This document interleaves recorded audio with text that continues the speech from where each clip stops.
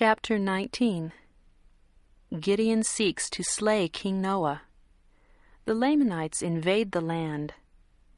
King Noah suffers death by fire. Limhi rules as a tributary monarch.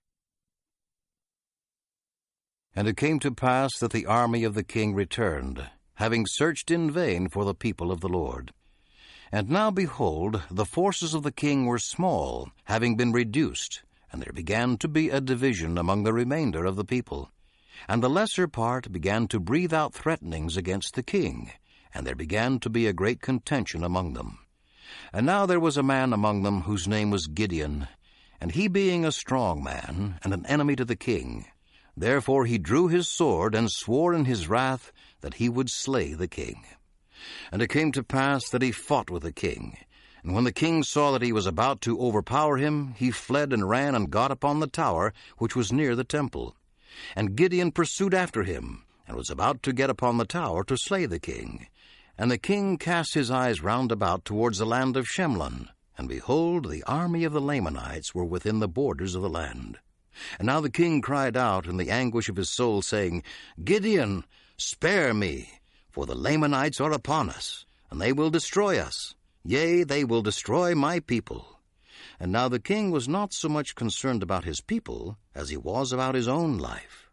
Nevertheless, Gideon did spare his life. And the king commanded the people that they should flee before the Lamanites, and he himself did go before them. And they did flee into the wilderness with their women and their children. And it came to pass that the Lamanites did pursue them, and did overtake them, and began to slay them. Now it came to pass that the king commanded them that all the men should leave their wives and their children, and flee before the Lamanites. Now there were many that would not leave them, but had rather stay and perish with them. And the rest left their wives and their children, and fled. And it came to pass that those who tarried with their wives and their children caused that their fair daughters should stand forth and plead with the Lamanites that they would not slay them. And it came to pass that the Lamanites had compassion on them, for they were charmed with the beauty of their women. Therefore the Lamanites did spare their lives, and took them captives, and carried them back to the land of Nephi, and granted unto them that they might possess the land, under the conditions that they would deliver up King Noah into the hands of the Lamanites, and deliver up their property, even 1/2 of all they possessed, 1/2 of their gold, and their silver, and all their precious things, and thus they should pay tribute to the king of the Lamanites from year to year.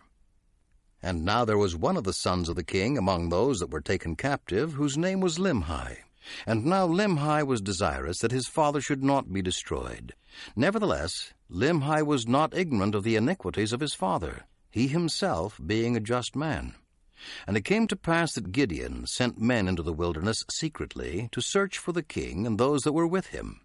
And it came to pass that they met the people in the wilderness, all save the king and his priests. Now they had sworn in their hearts that they would return to the land of Nephi, and if their wives and their children were slain, and also those that had tarried with them, that they would seek revenge, and also perish with them. And the king commanded them that they should not return, and they were angry with the king, and caused that he should suffer even unto death by fire. And they were about to take the priests also, and put them to death, and they fled before them. And it came to pass that they were about to return to the land of Nephi, and they met the men of Gideon. And the men of Gideon told them of all that had happened to their wives and their children, and that the Lamanites had granted unto them that they might possess the land by paying a tribute to the Lamanites of 1/2 of all they possessed. And the people told the men of Gideon that they had slain the king, and his priests had fled from them farther into the wilderness. And it came to pass that after they had ended the ceremony, that they returned to the land of Nephi, rejoicing, because their wives and their children were not slain. And they told Gideon what they had done to the king. And it came to pass that the king of the Lamanites made an oath unto them, that his people should not slay them. And also Limhi, being the son of the king, having the kingdom conferred upon him by the people, made oath unto the king of the Lamanites, that his people should pay tribute unto him even 1/2 of all they possessed. And it came to pass that Limhi began to establish the kingdom, and to establish peace among his people.